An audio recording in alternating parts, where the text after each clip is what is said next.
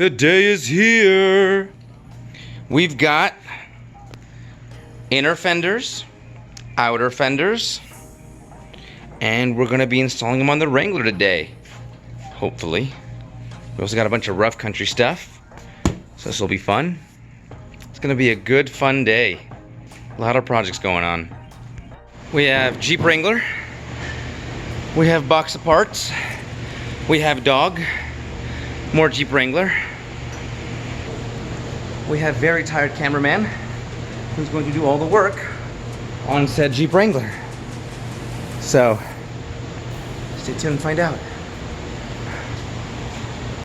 So we've got our instructions here, and that looks about right.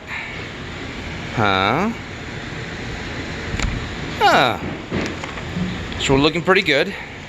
I've already gone and stripped down the Rubicon. I'm gonna do a little cleanup here. It's got a lot of bugs and stuff that gets caught in it. And I'll be rerunning my rock lights. So that is something that's going to survive this project. But that'll get installed and hopefully protect us from all that water and mud. Let's see how clean this install goes. So far, we have the inner fender liner almost installed. The only change I made was I decided to use the factory screws instead of the 3mm hex. I just don't like these as much as I like these. I can put a 10mm on that and it's fine. It's not black, it won't match. I'm not upset by it though. Now I'm focusing over here. And I'm supposed to put a bracket. The bracket looks like this. But it's kind of throwing me for a loop just because it doesn't really specify in the instructions. Is this the short side? Should you invert it? Give yourself some more depth. And then that bolts to this hole. And that keeps the whole thing from swaying and moving around. I also went ahead and drilled a hole for my wires so I can put my lights back in. So it's going swimmingly so far and both sides are in, and I like the way it looks. I dig it. I think I figured it out. I think. So now I'm coming in and just tightening the bottom one. And that's snug. Double check this one. I ugga-dugga that one, so I think we should be good. There's rust in my wrench. Should be no rust in here. Just a good tool that's being used. And I believe that is the conclusion of this side. That's it. That was not a hard install. Use all the factory mounting. That's attached really well. So now all I'll have to be careful of is that these massive tires, these are 35s, don't rub up against it.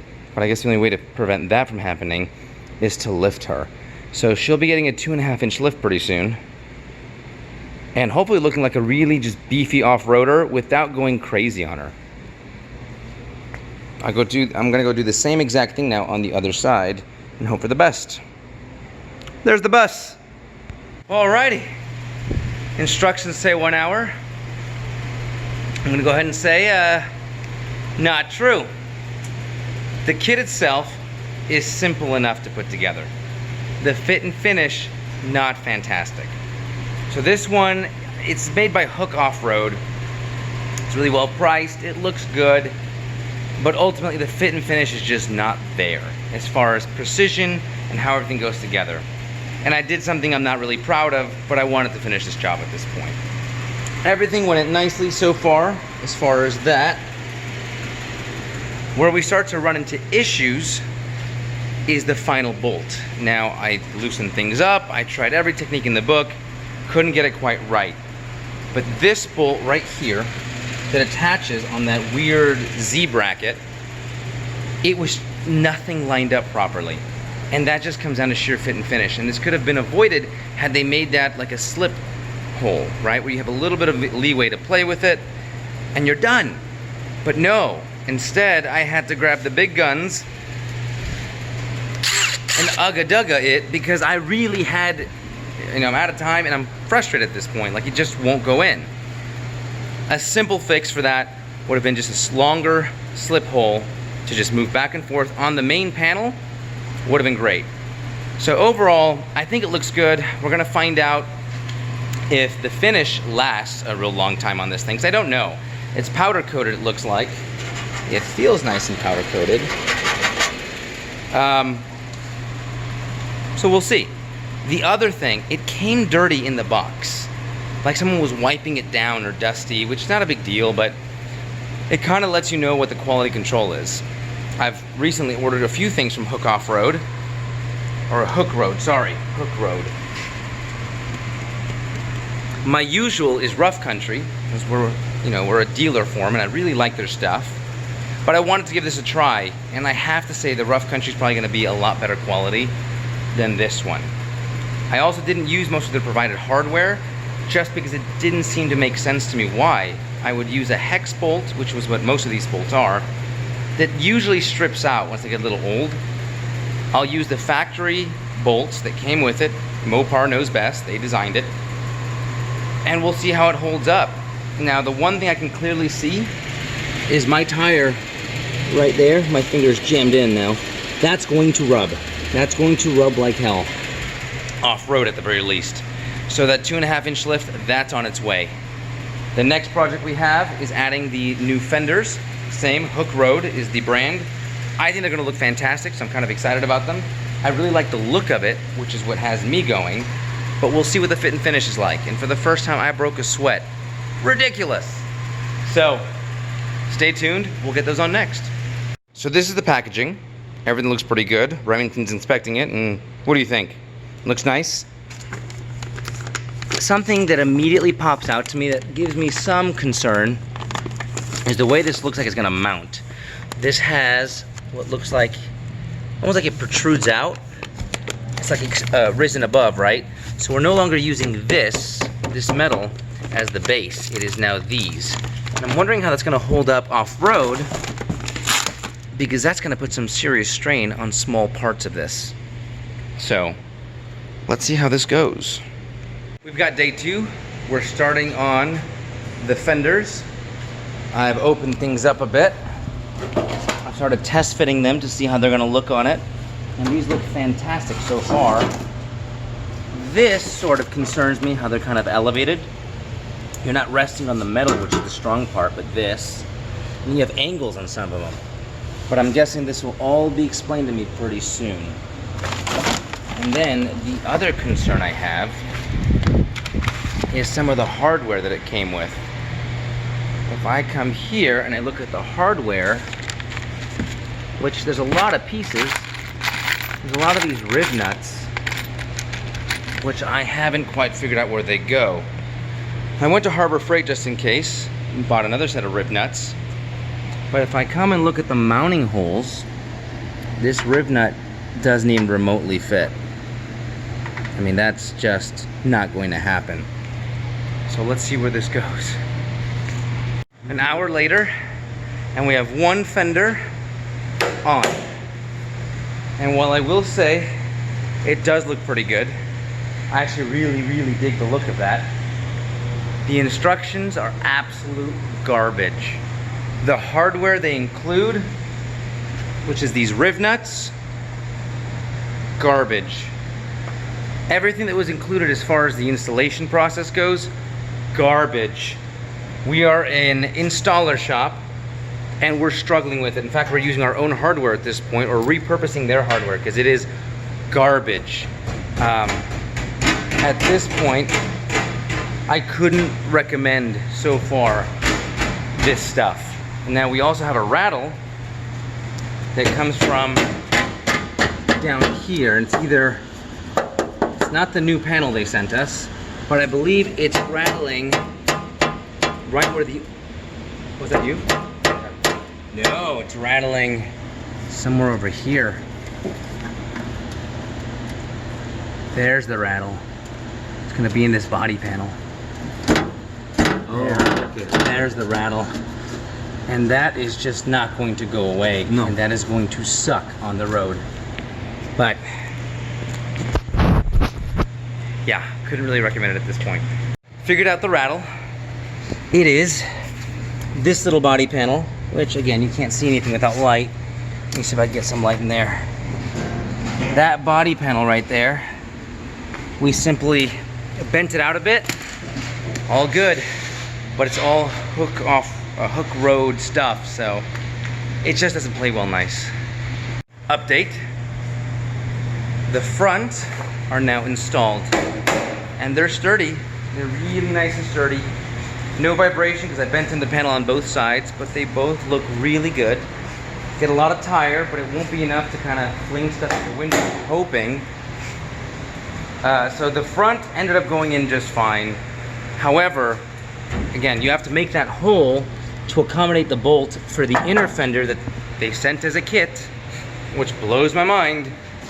The rear is a whole nother problem.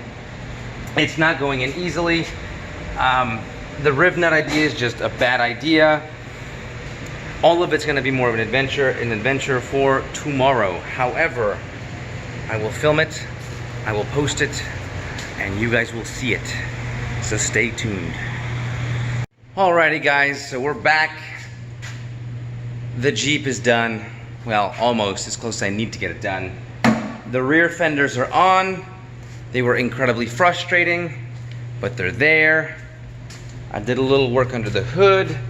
This was me, and actually it's kind of a team effort at this point, if we're being completely honest.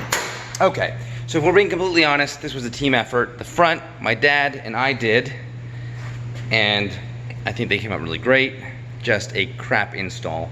The rear, I left to one of my employees because I had to do other things at the time. And he kind of took the same approach I did. I went with different riv nuts than what came with it. We attached lock washers and everything. And in some places you just couldn't put a riv nut, even though there was a hole for it. What am I gonna do? And what was he gonna do? It just is what it is. It was a terrible, terrible install. I can't, in good conscience, recommend this. Now, as a side, I mean, you get some rubbing right there, and that's not even completely done yet. It's just, or it hasn't been driven yet. That being said, we took a second stab at this company, Hooke Road or whatever it is. We bought a Jeep bumper, put it on a JL, and yeah, it went on, it looked good, but things still just didn't match up. It's hit or miss with this company. The only thing is that they're really, really inexpensive. So there's that. Now the cool thing is we got to put our lights back on. So if we look down, open the door, and then we look out here, that light is shining right on our since 1941 logo. So I think that looks really, really good. That was just a special touch we added here, and you can actually kind of get a better look there. I think that looks really cool. So our rock lights are back in action. The only ones we don't have back in action are going to be the ones in the rear, and the reason for that is because we don't have any fender liners. I am looking into ordering some to kind of clean this up. I do think there's a lot of potential here. I don't like having my fenders kind of exposed like that, but I will be fixing that sometime soon. But in the meantime, my overall thoughts, I think they look good. That is the pro, right? If we go ahead and look at it like that, I think that's a very good looking fender. It covers just enough of the wheel that I'm happy with it. The front not so much, but the rear definitely. I don't know about the reliability, how it's gonna hold up over time. It seems pretty solid. I mean, that's not going anywhere anytime soon. The installation could have been miles better. It's just not where it should be as far as the kit goes. For that reason, I don't know if I can recommend them unless you're very comfortable with doing DIY and a lot of patience, because this took basically an entire day for my guy to kind of get those installed, because riv nuts don't work right all the time. I mean, there's just a number of factors that go into this, and again, I don't think I could recommend that to the DIYer, or unless you are a DIYer. So those are my final thoughts on the fenders. I bought them so you don't have to, and if you still feel like it's a product for you, awesome, go for it. Tell us what you think. I don't think I'll be buying another product from them anytime soon, unless I'm just desperate to hurt myself. Till then, I'll keep reviewing more stuff, and as I add things along to the Jeep, I will be passing it along to you. And if we look in the background, we see a lot of wood and stuff like that. That's because we have other projects coming along, and right now, the Jeep is acting as our wood stand. So, until then, I'll talk to you guys again soon. Adios.